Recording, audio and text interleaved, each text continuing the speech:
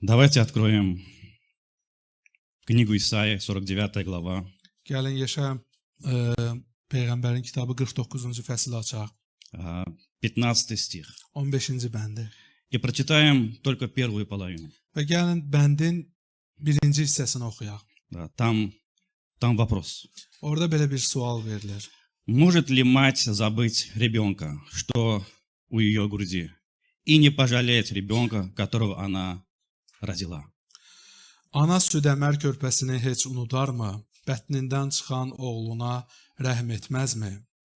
Много лет назад я был на одной конференции в Стамбуле. Və uzun illər bundan qabaq İstanbulda bir konfransda olmuşdu. Да.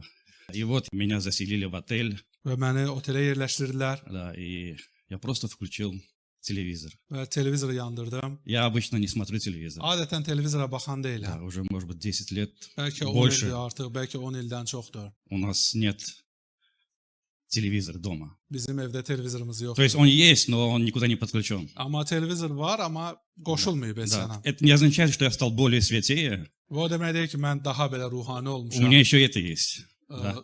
Məndə bu da var. Neyse. И вот я включаю телевизор в своей комнате. Və budur o oteldə qaldığım otağın televizorunu yandırıram. Конечно, турецкие каналы. Əlbəttə Türk kanallarıdır И вот orada. попадается один российский канал. Və bir dənə Rus kanalı qabağıma çıxır. И вот история, за которой я наблюдаю. Və həmən gördüyüm əhvalatı danışmaq istəyirəm sizə. И вот маленькая девочка потерялась в городе Брянск. Deməli, Bryansk şəhərində bir balaca qızcığaz itir. И родители, мама, отец, они волнуются, они ищут.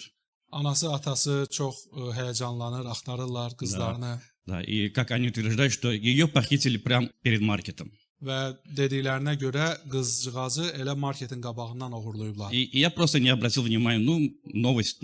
Və fikir vermədim ki, xəbərdir də. И ушел на первую сессию. Və həmən o konfransın birinci sessiyasına getdim. Затем вечером опять я смотрю, опять эти новости продолжаются. Və axşam təzədən baxıram televizora, bu xəbərlər davam edir. Да, эти родители, они в полицейском участке, они дают объяснение, как все произошло. Və valideynlər polis bölməsindədirlər, izahat verirlər ki, hadisə necə baş verib. Да, камеры наблюдения показывают, как похитили ребенка. Və həmən müşahidə kameralarda uşağın necə oğurlanmasını göstərir. Да, и я молюсь. Və mən dua edirəm. Господи, помоги этой семье. Deyirəm ki, ya Rəbb, bu ailəyə kömək ol. Да.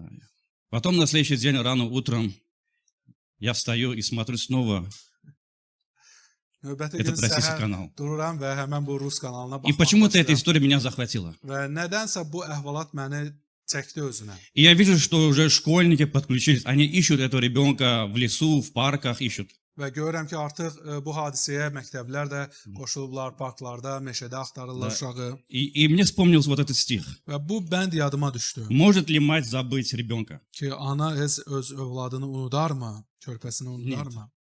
И меня радовало, что уже весь город подключился в поисках этого ребенка. Və məni sevindirən hal o idi ki, artıq bütün şəhər bu uşağın axtarışlarına Они везде ищут этого ребенка. və hər yerdə körpəni, uşağı axtarırlar Да, не могут найти. və tapa Я bilmirdilər. просто положил свою руку на телевизор и молился. Əlimi televizorun üzərinə qoyub dua etdim. Господи, помоги. Dedim ki, ya Rəbb, kömək ol. Помоги этой семье, помоги этой ailəyə, женщине. bu qadına kömək ol. Да, и я вспомнил маму Иисуса Христа. Və mən İsa Məsihin anasını xatırladım. Да, ведь Иисус Христос тоже же однажды потерялся, Ki, помните? İsa Məsih də bir dəfə itmişdi, yadınızdadır. Они искали Иисуса Христа. Və valideynləri İsanı axtarırdılar. Я не знаю, объединился ли весь Иерусалим в поисках этого маленького Иисуса. Yadımda deyil ki, bu balaca İsanı da tapmağa bütün şəhər qoşulmuşdu, yoxsa yox. Да, но Иисус был в правильном месте. Amma İsa düzgün yerdə idi. Да, он был в храме. O məbəddə idi. И слава Богу, что с Иисусом история закончилась хорошо. Və şükürlər olsun Tanrıya ki, İsa ilə olan əhvalatda hər şey yaxşı Да, qurtardı. я не знаю,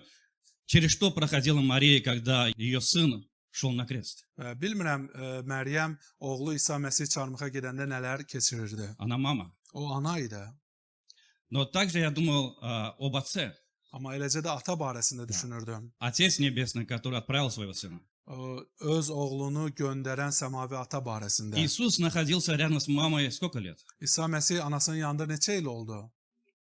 33. 33 il. А сколько лет Иисус был рядом с отцом? Bəs İsa Məsih atanın yanında neçə il olmuşdu? Вечность. Bütün əbədiyyət boyunca. Я думаю, намного тяжелее, да? Mən düşünürəm ki, daha çətindir Отец отправляет своего сына. ki, ata öz oğlunu göndərir. Из-за нас. Bizə görə. И вот я уже опаздываю на сессии. Мне интересно, Və чем же закончится эта ситуация. nəhayət ki, mən sessiyaya gecikirəm və mənim üçün həmçinin də maraqlıdır ki, bu əhvalat nə ilə bitəcək? То есть это уже 4-5 дней продолжаются эти новости. И каждый день все Artıq новые какие-то 4-5 gündür bu momente hadisə добавляются. baş verir və hər gün daha yeni bir məqamlar əlavə olunur hadisəyə. И вот я в последний день я включаю.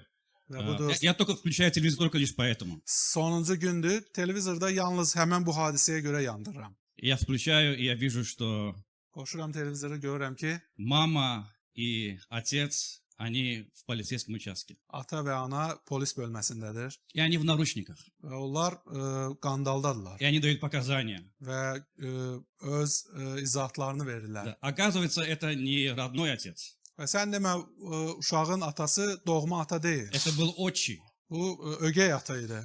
И он случайно убил эту девочку маленькую. Təsadüfən balaca qızcığazı öldürübdü. И теперь мама и этот отчий, они пытаются скрыть следы этого преступления. Və indi isə həmən ögey ata ilə ana bu hadisənin izlərini itirməyə Да, çalışırlar. и инсценировали, как будто ее ребенка похитили. Və özlərindən bir tamaşa qurublar ki, güya onların uşaqlarını Да, oğurlayıblar. мама плачет перед камерами и так Да. далее, и так далее. Ana kameralar önündə ağlayır Я не буду рассказывать детали, как все это произошло. və detalları danışmayacağam necə baş verdiyini. И тогда я вспомнил вторую часть нашего стиха. Bax o zaman həmin bu bəndin ikinci hissəsini xatırladım. Давайте прочитаем вторую часть. Gəlin ikinci hissəni oxuyaq. Давайте сначала все прочитаем, давайте. Gəlin əvvəlcə hamısını oxuyaq. Может ли мать забыть ребенка, что у ее груди? Ana süd-əmər körpəsini heç unudarmı? И не пожалеть ребенка, которого она родила? Bətnindən çıxan oğluna rəhm etməzmi? Нет, не может. Правильно? Ola bilməz.